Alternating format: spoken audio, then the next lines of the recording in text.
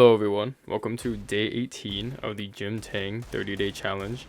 Today is supposed to be about making a brand, about taking a focus of why your content is special by telling a story about you.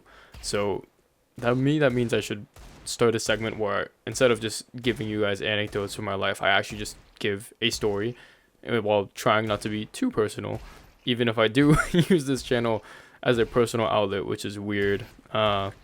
I never thought about developing parasocial relationships until like Technoblade died, and I grew up watching that guy grow up, and I was like, wow. I don't know if I'm dating myself here, but it really is kind of real that even though you are attached to a character, like something that somebody puts out onto the internet, you don't really know if it's genuine or not. You know, you never really may know, but it's very real to go attach to like their content, that character, and as that person grows and makes their content better and develops, you grow attached to that development, right? There's waves of nostalgia, and it's all there and it's documented. You can go back and revisit it, but it's not the same because you are not the same. And I think that's something that Markiplier and like Jacksepticeye, especially PewDiePie too, they all cover in their videos, that there's just this unique moment of growing as a channel where like you're small and you can talk to all of your people and have that little sense of community, and that fades away as you grow as a creator. I don't think that I'm ever going to get to that point where I'll reach, I don't want to say dystopia, but that leverage where you'll have this huge creator base that you'll never be able to address. But it does get kind of real, at least with leadership, that I've noticed that I don't know everyone who's in my clubs. You know, I feel very disconnected from those very small groups that I used to have, where it was just like 15 people originally in a club, or at least for a track, I knew everyone.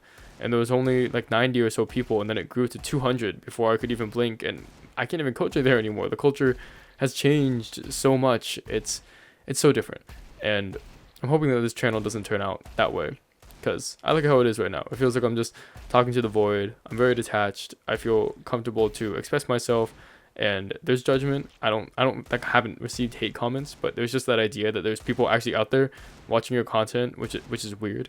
But or that somebody has access to it, you know, like you open up YouTube analytics, you actually see the watch time, and you're like, wow, people have collectively dedicated like at least an hour of their time, which it takes me significantly more to make these videos, which is surprising considering I'm just sitting here ranting. But you know, I upload a lot.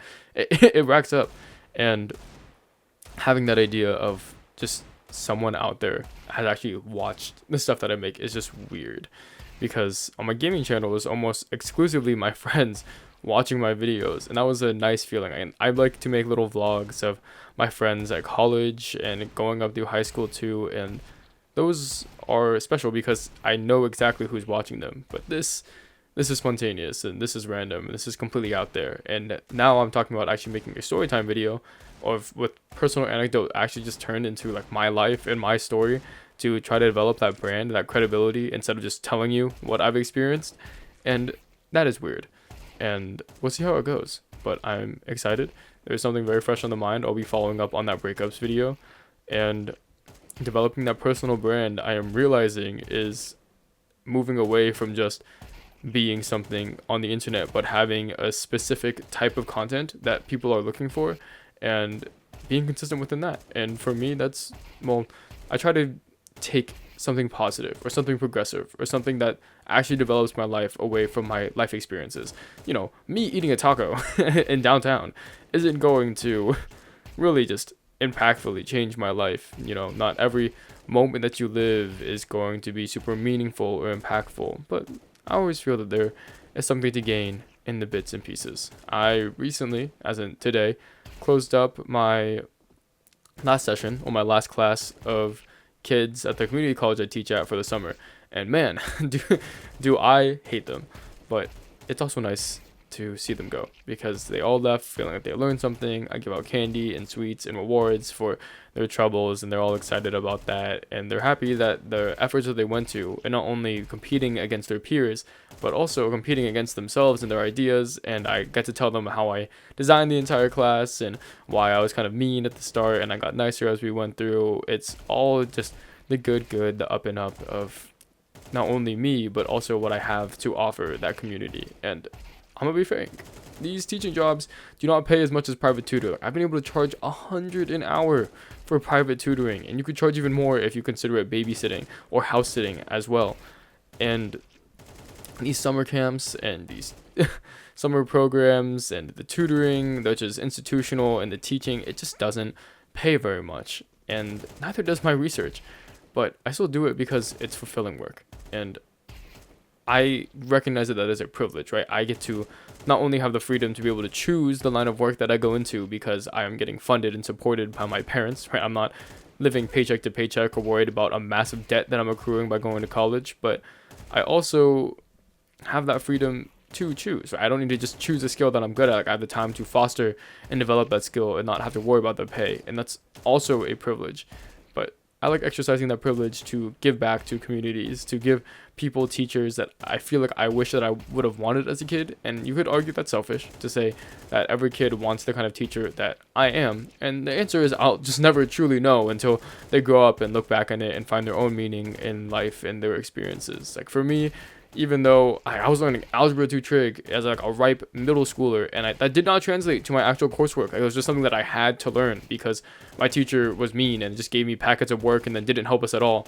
But I decided to take a more hands-on approach and have kids actually work on things and expand their curiosity and their creativity by giving them some information, but not all the information, and having them work off of that.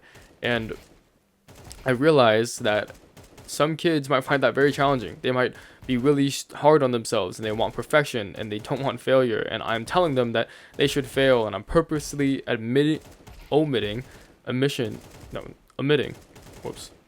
information from them in order for them to potentially fail. And I encourage them to fail. And that may not be a very nice thing to do. That might not be the right thing to do, but it's something that I do nonetheless because I firmly believe that it builds character. And it's not my job to parent them, but it is my job to teach. And I'm teaching them not only that failure is okay, but also that you should be curious and you should fail in low stakes environments, like my teaching environment, that is curated for you to be able to fail without consequence. And that's how you actually grow and make mistakes. And I make an analogy about studying, and it's beautiful. And it reminds me why I actually love and enjoy teaching, because it gives people useful things to build off of. It might give them my philosophy. It might give them experiences to look back on. It might give them information that they might use in their careers, right? I teach engineering. I teach different engineering disciplines, even though I am not an engineer in every single discipline. But you don't have to go that deep. You just go about like gen ed level for college, just way above the level in which they need to learn. And it helps to have kids broaden their horizons and actually know what is out there for them in the world, and also what they can possibly learn when they go off to college. A little bit of structure about college. I lecture by omitting information because I personally in my lectures have never gotten all the information that I need in order to actually do the assignments, so preparing them well. And of course I'm always available, like office hours, in case they need help or they want to ask further questions. I make them make initiative. And the kids adapt to that fast. And frankly, I think they'll do great in college. And I'm so excited to see what they do. But I'm running out of time to talk. That's my spiel. Stay tuned for story time. And that is all.